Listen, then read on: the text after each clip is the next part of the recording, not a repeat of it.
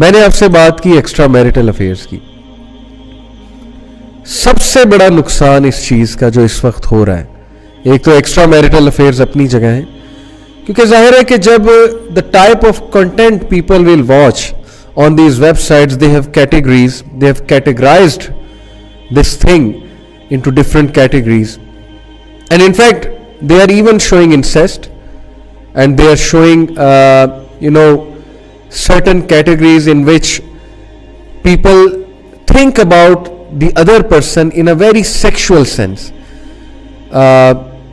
جس سے یہ سوچ اجاگر ہوتی ہے ایک انسان جو اس کو دیکھ رہا ہوتا ہے, ڈیفینیٹلی اس کا برین تو افیکٹ ہوگا نا, اس کا مائنڈ تو اس سے افیکٹ ہوگا, جس سے اس کے مائنڈ میں اگلے بندے کے لیے جس سے وہ انٹریکٹ کر رہا ہے, چاہے وہ اس کا کوئی ریلیٹیو ہو یا ریلیٹیو ہو, ایون ٹیچر, ایون جو ہے وہ ٹیوٹر, ایون جو ہے وہ جن سے وہ انٹریکٹ کر رہا ہے ایٹ دا ورک پلیس, ان کے بارے میں یہ سوچ آئے. ان دیٹ سینس جو میں نے ابھی الفاظ بولے, میں کھل کے نہیں بار بار بول سکتا, میں آپ کو بتانا ہی چاہ رہا ہوں کہ یہ چیز اس طرح سے نیگیٹیولی امپیکٹ کر رہی ہے لوگوں کے برینز کو کہ اب وہ حیا کا کنسیپٹ, وہ رسپیکٹ جو اپوزٹ جینڈر کے لیے ہوتی تھی, اور وہ پیور تھاٹس جو کبھی اپوزٹ جینڈر سے بات کرتے ہوئے ظاہر ہے کہ ایک وہ ٹون ہوتی تھی نا, ایک شرم ہوتی تھی, کچھ پیور تھاٹس ہوتے تھے, رسپیکٹ ہوتی تھی. ٹرسٹ می کہ بہت تیزی سے وہ چیز ختم ہوتی جا رہی, and this is the disastrous effect of pornography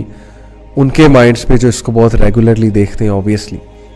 میں آپ کو ایک مثال دیتا ہوں اور آپ خود اس کو پرکھیے گا کہ کیا یہ بات ٹھیک ہے کہ غلط ہے. 90s کے دور کی بات کر رہا ہوں. ہمارے دور میں جب سننے میں آتا تھا دوستوں سے کہ کسی کو کوئی پسند آ گیا یا کوئی کسی اپوزٹ جینڈر سے بات کر رہا ہے یا کر رہی ہیں, تو یہ والی ایکسٹریم بات نہیں پتہ لگتی تھی کہ وہ ان کے بارے میں کیا سوچتے ہیں یا کس طرح سے سوچتے ہیں یا کیا خواہش رکھتے ہیں ان کے ساتھ کرنے کے حوالے سے. اب ایسی باتیں سننے کو ملتی ہیں یوتھ سے.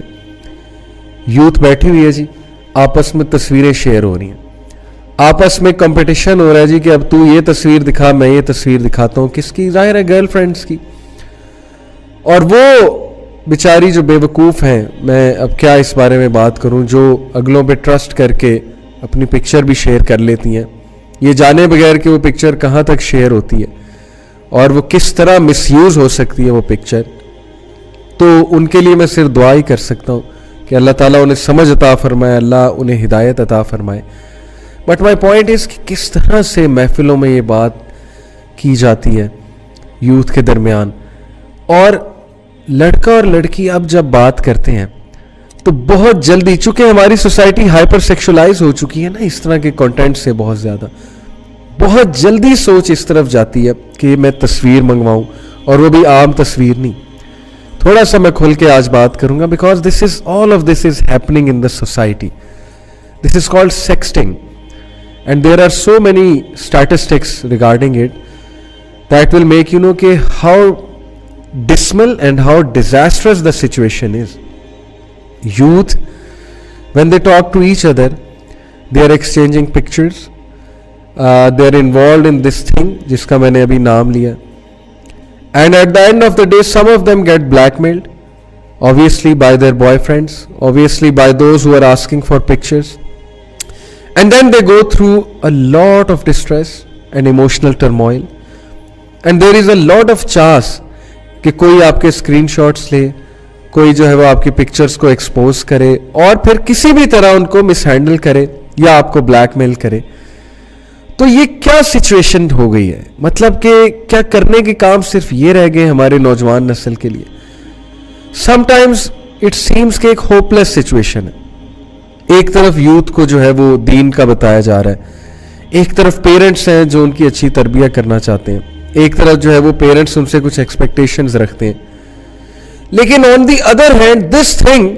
When it attacks them and when they get involved in this thing is sucking every drop of energy out of them. Youth are locked up in their rooms, they are addicted to this thing and they are involved in all these things. یہ جو میں نے آپ کو بات کی, affairs ہو گئے,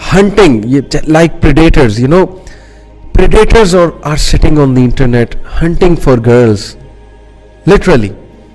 wolves are sitting on the internet.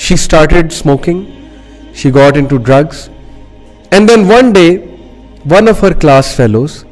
taking advantage of her obviously in this state,